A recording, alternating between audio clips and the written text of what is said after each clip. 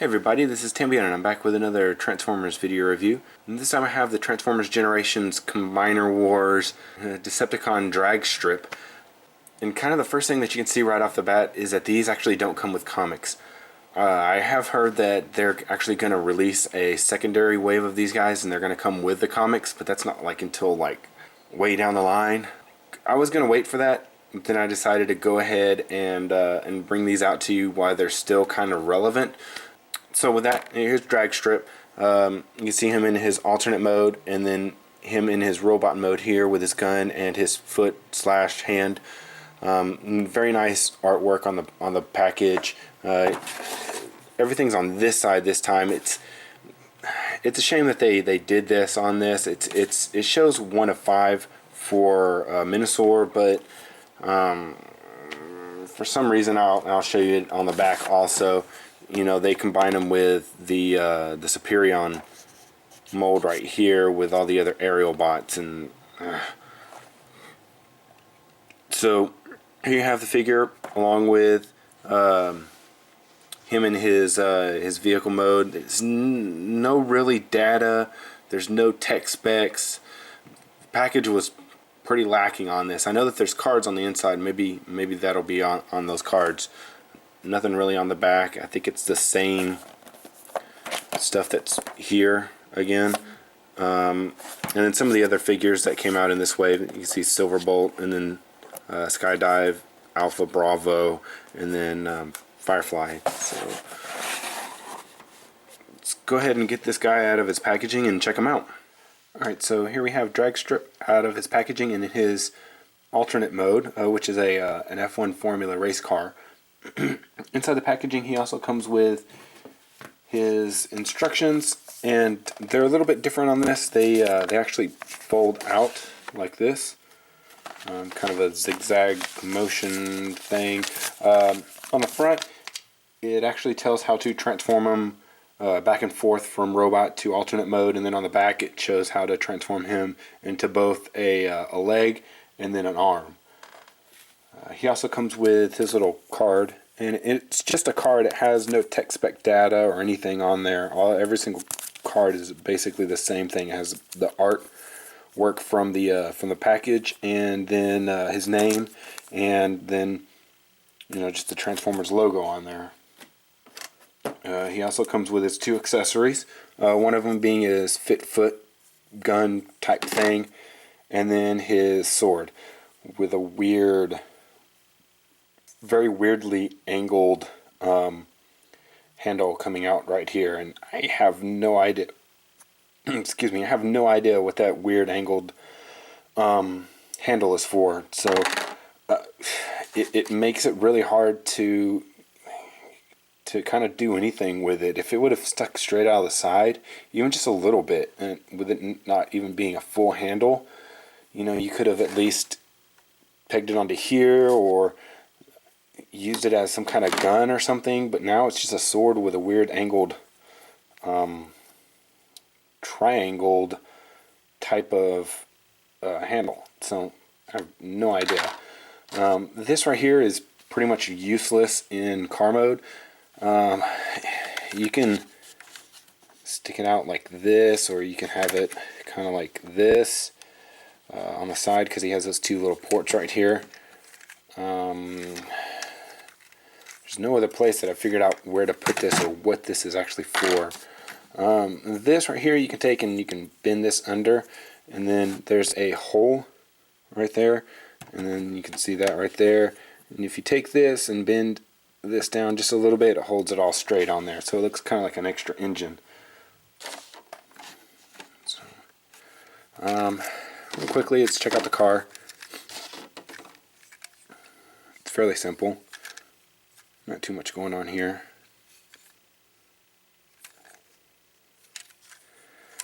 Even if it would have been straight, like you possibly could have hooked it. Well, no, there's not even enough space. I have no idea.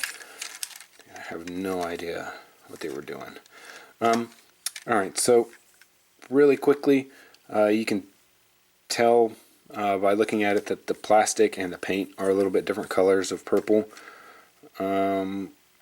Decepticon symbol looks nice. there's not a lot of molded in detail. There's some stuff right here and a little bit. It's not as much as we've normally seen with some of the figures. It seems like they've gone back again to kind of dumbing down transformations and stuff. With some of the other generations figures, they were all nice and they had really good transformations and looked all nice all around. These are kind of, they went back to a more bulky kind of simplistic transformation for these, and I wish they really hadn't have done that. Let's go ahead and let me show you how to transform him into his robot mode.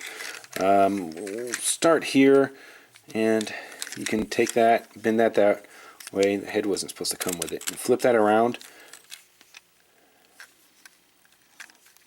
and bend this, and then you see there's that tab right there, and then the hole that's underneath. You bend that, and rotate the head around. There's no light piping or anything in there. I'm going to bend the arms up, and those were tabbed into, you can see the little notch right there and a little post right there. Flip the arms out, or the hands out,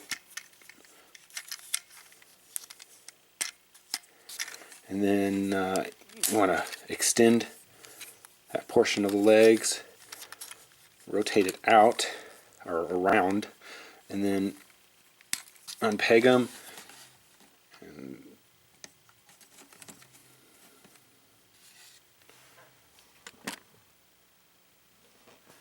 and there you have Dragstrip transformed into his robot mode. There's a couple things on here that I don't really like, but I'm not going to go into nitpicking these guys. I feel like it's not really worth it. There are a few things that I think that they could have done to make these a little bit better, especially just how bulky they are, and I guess I'll go into it. I don't really like this right here. They could have had something in transformation or something where they could have hid that, I think. I don't like how big these forearm pieces are, but and I really wish they would have put light piping in there. That was just easy little things like that. So you can take the sword, and he can hold it in his hand. Then you can take this, and there's so many things that I wish they would have done with this. I wish they would have made it so that you could, I don't know, somehow hide this, or even somehow have a handle underneath. I don't really like having them hold this stuff upside down like this to have it be another gun. And it's really heavy, and it's actually falling that down. But I'm pretty sure if I were to go in and tighten up this screw, that probably wouldn't be as loose. There's nothing really you can do to, that won't go all the way in. Let's see here.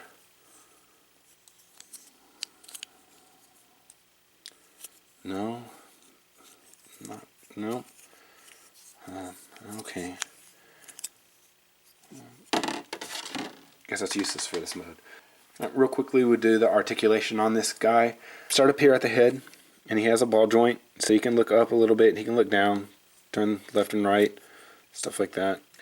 Right here, up at the shoulder, he has a ball joint, and then there's a joint right here, mainly for transformation, but the ball joint allows it to go back, forward, out, and about that far. That's as high as you can go up, because it is hindered by this stuff right here.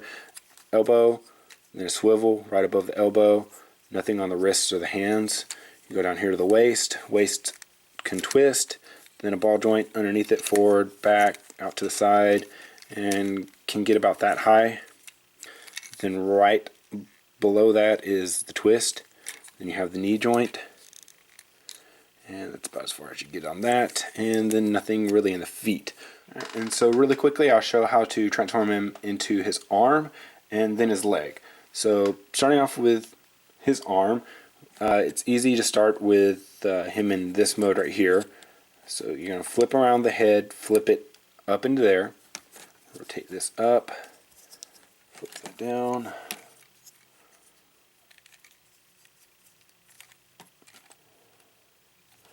you're going to rotate this like this, rotate this like this, and you're going to bend these into here, and then you're going to take this, and you see this little notch right here.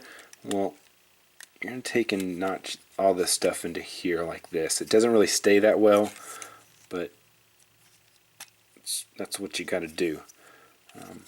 Then you're going to want to take and peg the legs back together.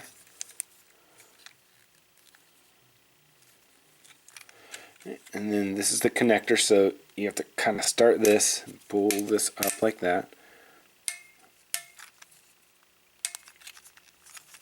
And then take and turn like that. And then you're going to take this portion right here, you bend out the hands, or those little pieces right there, fold this, and then depending on which way you set this guy, so if I set him as the left arm, this thumb's going to come up like this, and then you just peg it into there.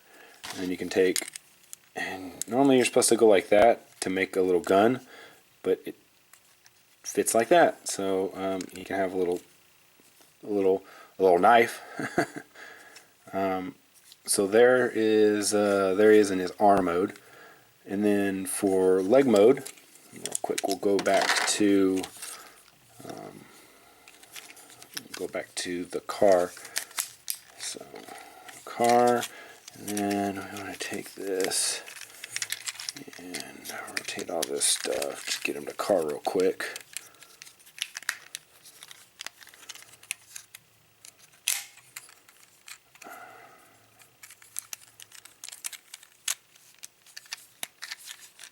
Alright, so back in car. So to get him to his leg mode, it's fairly easy. It's almost the same thing as having him in his car mode. You're just going to take this, rotate this down like this, and spin that like that. You're going to take this connector right here, and it's hard to sometimes bring these up. There's not a lot of space or whatever to actually, what am I trying to say?